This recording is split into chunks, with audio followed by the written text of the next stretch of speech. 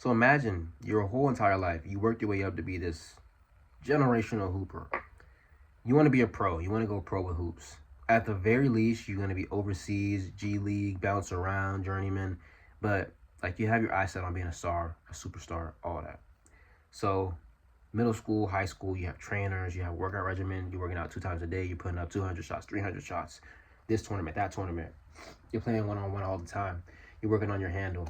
Lo and behold, some coaches finally notice you. Athletic directors like, you know what's up. Like you have an opportunity to actually go D2, maybe D1.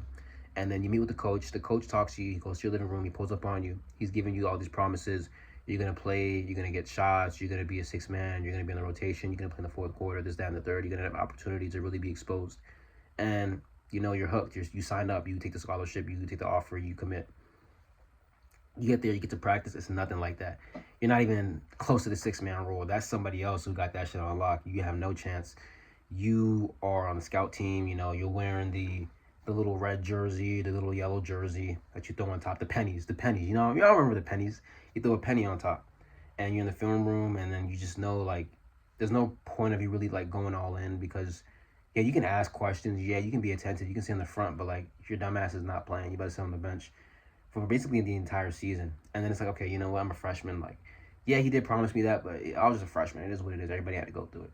You're a sophomore, and it's kind of the same shit. So now you're wondering, like, what was the point? Like, what was the point? I know I got to stay down. I know I got to be patient. But you were kind of lied to. You were kind of sold a dream. And now the reality is not that. And the coach leaves. Maybe the coach doesn't leave. But that can happen. Players enter the transfer portal. And now it's like, well, what am I going to do? Like, do I even love the game anymore? I have no opportunity to really showcase my talent other than practice. And even in practice, it's like, I'm not the guy that's taking the shots. I'm just a role player. But that's never what you had set out to be. You're not trying to be a role player. So what the hell? Now what? Do you even love the game anymore? Do you even want to stay at the school? Do you want to enter the transfer portal? Do you want to talk to the coach and ask him, like what's up? All right, cool, fine. Junior year. But now you're a six man. And, like, it's not the same. It's just not the same. Hold up. I need a napkin, bro. Because this might even put me to tears. It's like, nah, definitely not, but I had to blow my nose. But, like, seriously, now you're questioning everything. And this is the same thing that happens with people who enter the corporate world, corporate America 9 to 5, traditional route. Like, you're promised stability, vacation hours, some flexibility in your schedule, maybe the opportunity to work hybrid. Like, but it's not that. All of a sudden you graduate and you're applying to jobs and you have no experience, so you end up landing a job that has nothing really to do with, like, what you had set out. But, you know, you gotta work your way up. You know, it's your first year, second year, like, it is what it is. But you were still kind of lied to. You were given a dream. You were sold a dream, and it's not really true. And you're working overtime, but sometimes, like, you just don't want that extra work, even though you get paid maybe a little bit more. Sometimes you don't get paid more. It's like, what's the point of this shit? Like, I have to show up every fucking day. My boss is, like, on my ass just because I put in some PTO, even though I earned it. And I don't really have the flexibility to work elsewhere. I can't really move around. I'm doing something that I'm not great at doing, but, you know, I'm building my skills. I'm getting better. But this is not what I was in school 4 years for, paying money out of pocket. It's the same thing. It's the same thing. Like, you kind of question, why did I even do this shit? Like, for what? You kind of lose the passion. You lose the drive. You lose that. You kind of lose your youth in a way, because you're just like a sloth. It's letting time pass. Not everybody has this feeling, but this is possible. This is very, very possible to go through this. And you're watching this video, and now you're like, well, what's the point of me even trying to be a pro athlete? Like, I'm like 6'2". Like, the chances of me going to the league are they're already low. But I'm 6'2". You know, there's people in the league 6'2". But I'm not great at defense, and I don't really jump high.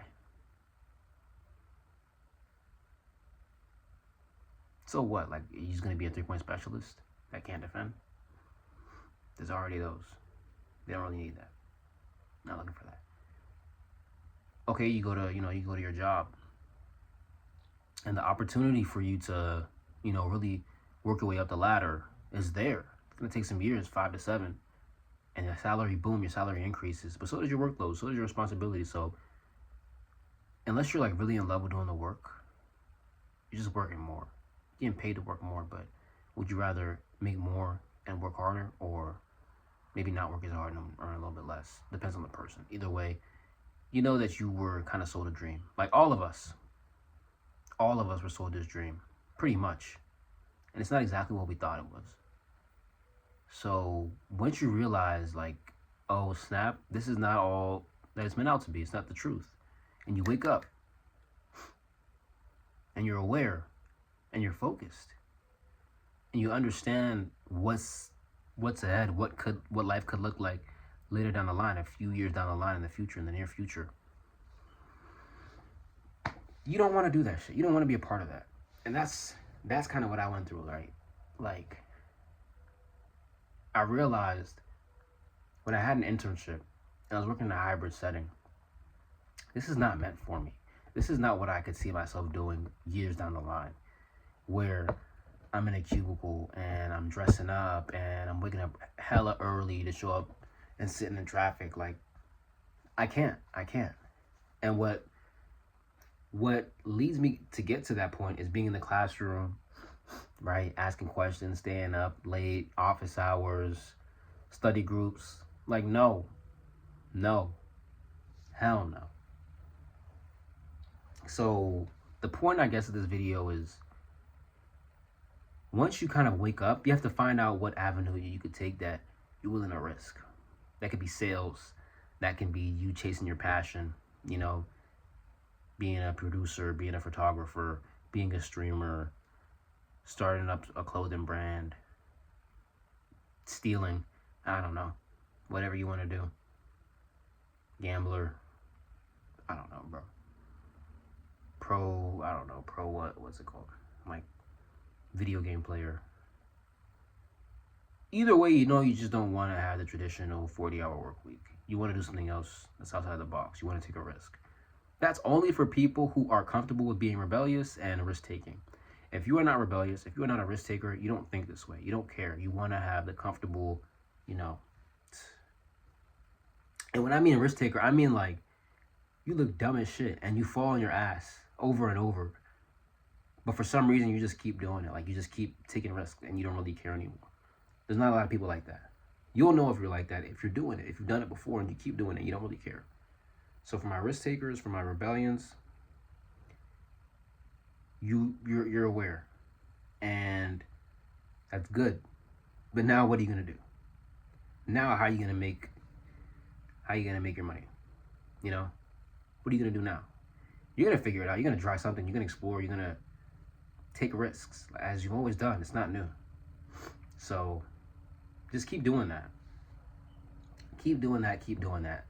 And remember that the alternative is the traditional route. You don't really want to do that, but that's some people's reality. That's your alternative. And that's gonna kind of give you that boost you're looking for. Like, nah, I can't quit. I can't go to that. Hell no. I gotta take this route. It's difficult, it's uncertain. But I can't do that. No way, no how. I'll go this way. I'll figure it out. I'll go through the trials and whatever. But ain't no way I'm going to that. There's no way. So you'll figure it out. Because you have no choice but to figure it out, because you know you don't want that. Like, there's no way you want that. So you're going to do whatever it takes. That's the point. You do whatever it takes to get what you want.